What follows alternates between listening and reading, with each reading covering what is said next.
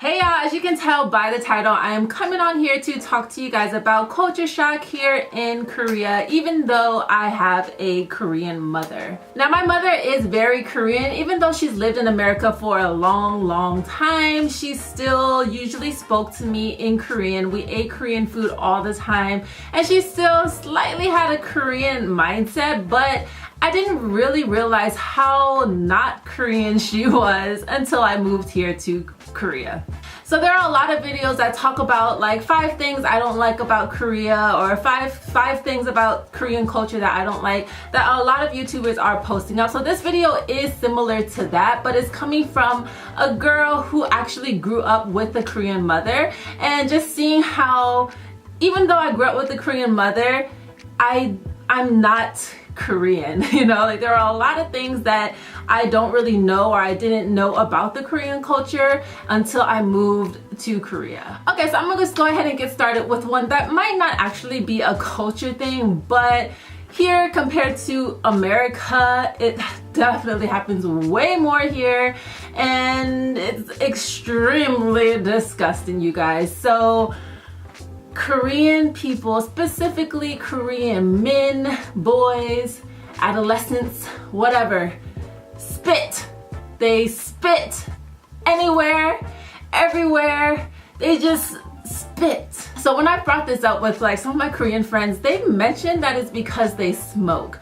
But people in America smoke. There are a lot of people in America that smoke who don't go around spitting everywhere. Like, I've seen them spit in subway stations, you guys. To me, a subway station is considered indoors. So why are you spitting on the floor? It's so disgusting. This is something I can't get used to. Like some of these other things, I can get used to it because it's not really my life. Like I live here and I see it, but it doesn't necessarily affect me, you know? So but the spitting thing is just something else. I just can't get used to it. It's so gross. Okay, so let's go ahead and move on from that spitting stuff and move on to holding doors.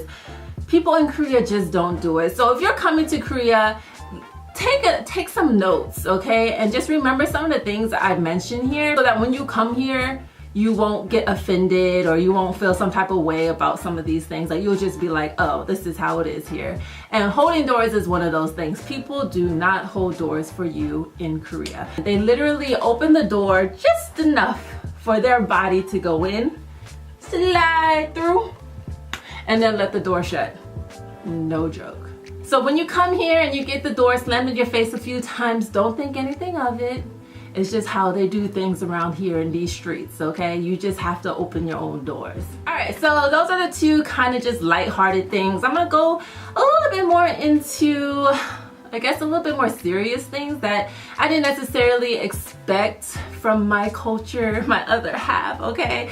And that is that ladies are not first here in so many things. Like, not even just opening the door for you, or getting on the bus first, the subway first, whatever. Not even just that stuff. I'm talking about in general, like ladies, women are treated so...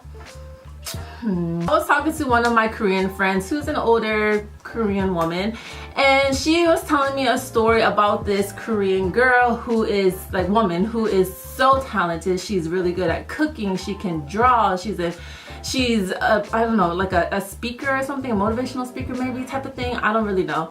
But she's so good at so many things, and her mother, her own mother, told her to, how about you not be so good at so many things? Like you're too good at too many things. Like you'll never find a husband.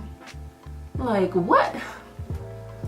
Excuse me? I feel like a man that cannot accept me as a successful woman, like if I am making more money than you and it makes you feel small, or it makes you feel not as manly, then I don't want you anyway. Like that's just my opinion. Like if a woman is making more money than you, more talented than you, more successful than you, then lift her up more. You know what I mean? Be there for her. Don't feel like you are little you are less of a man because your woman is better than you financially, okay, or whatever the case. Even with my mother, who is Korean, she has always been such a strong, super strong, independent woman, and that's where I get a lot of my independence from. I mean, my father, of course, has always instilled in me to never need a man, but to just want one maybe eventually in the future. But my mother was such a huge woman role model as just being so strong and just taking care of business when it's necessary. You should be able to be happy, healthy, and financially stable without the help or without the need of a man, I suppose. So when I came here and I just saw how weak women were, well, not necessarily are, but how weak women pretended to be or acted just to get the attention of a man, was a little bit, I don't know, sad to me. And it kind of like made me feel like, I don't know, it's just another one of those cultural things that I just wasn't feeling when I moved here, especially as a strong independent woman myself. So one thing you will often see when you come here are women kind of acting like babies almost, and their boyfriend kind of babying them. For example, there are a lot of stairs in Korea. If you don't have a car, you're using public transportation, and that probably includes subways. And let me tell you, the amount of stairs I've climbed since living in Korea are just unreal. But I'll see a girl walking up the stairs with her boo, and she is just,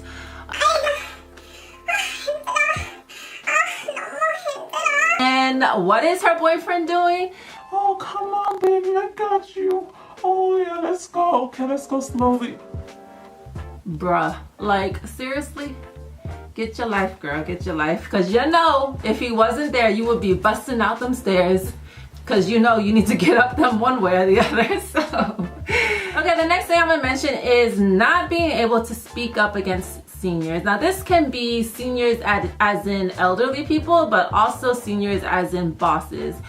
This is something else that is so annoying, because to me, if a boss is wrong, they're wrong, and you should be able to tell them in a professional manner, like, oh, actually, this isn't how it's supposed to be. It should be this way.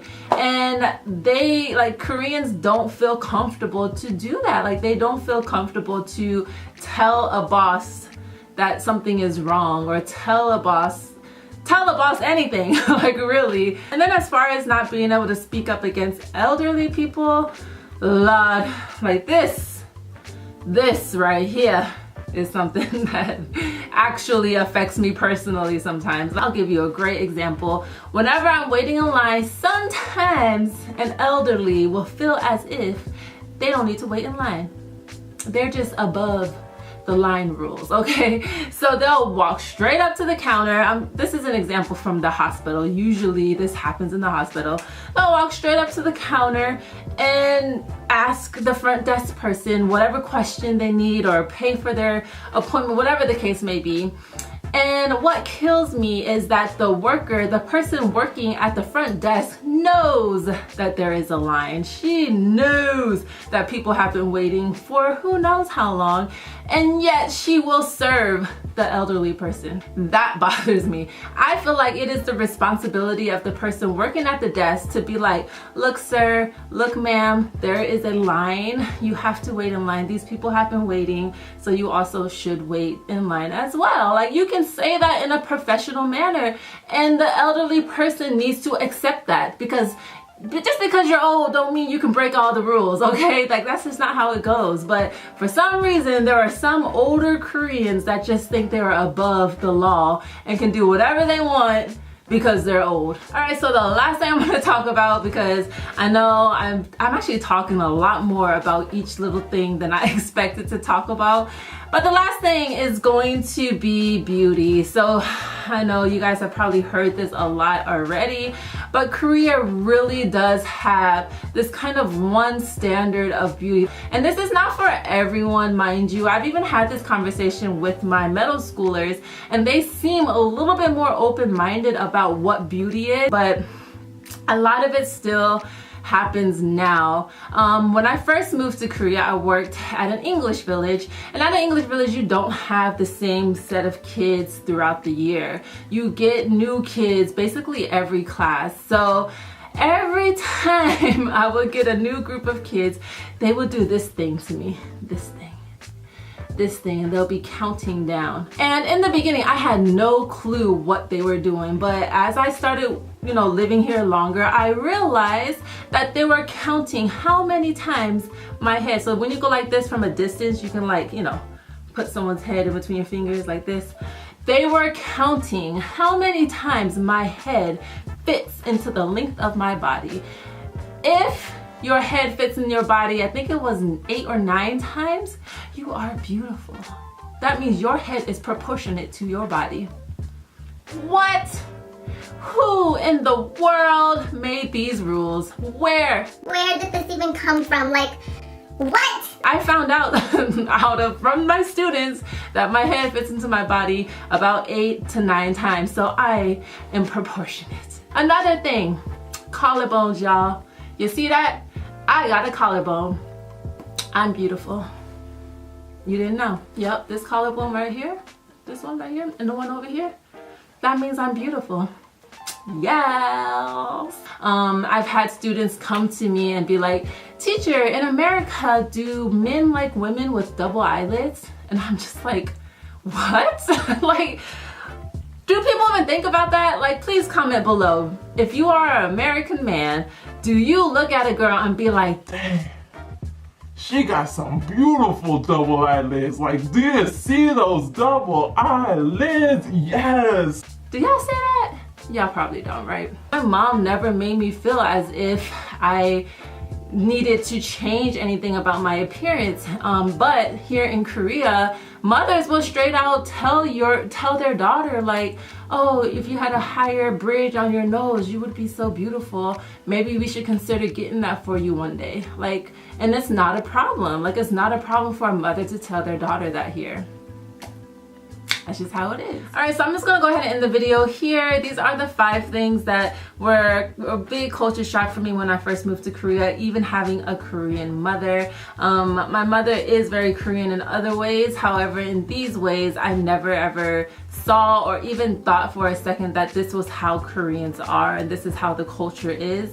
But since living here, yeah, I've definitely learned a lot, and I've definitely, you know, kind of had a culture shock. So when I've had my moments where I'm just like, oh, I can't stand that about Koreans. Mind you, I am Korean, so every country has their thing. Every culture has their thing. Pros, cons, things that you'll like, things that you don't like. Don't get me started on things about Americans, all right? Because there is a list of things I don't like about Americans. The only thing about Americans is that there are so many cultures in America. I think that's like the big difference about living here, and that's why when you move here, when you move to any country, you have to be respectful. You have to be, what's it called, adjustable.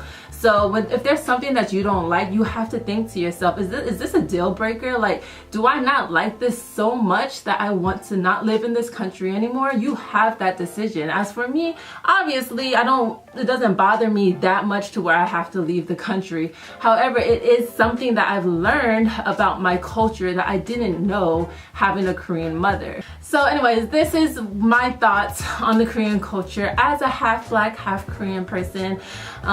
Even being half Korean, there are so many things that I just didn't know about my culture and things that I really need to adjust to and things that I don't like. That's just how it is. I don't like it. But anyways, I know I'm gonna get a lot of bad comments on this video, but do know this is just my opinion, and also know that I am completely respectful of the Korean culture. I'm not over here bashing Koreans left and right. It is nothing like that. This is just an informative video for my viewers, especially those who are planning to move to Korea one day. Anyways, hope you guys enjoyed this video. I'm also gonna make a video about the things I absolutely love about my Korean culture, and I will share that with you guys as well. So definitely keep a lookout for that video. As always, thanks so much for watching. You guys take care, and I will see you in my next video. Bye.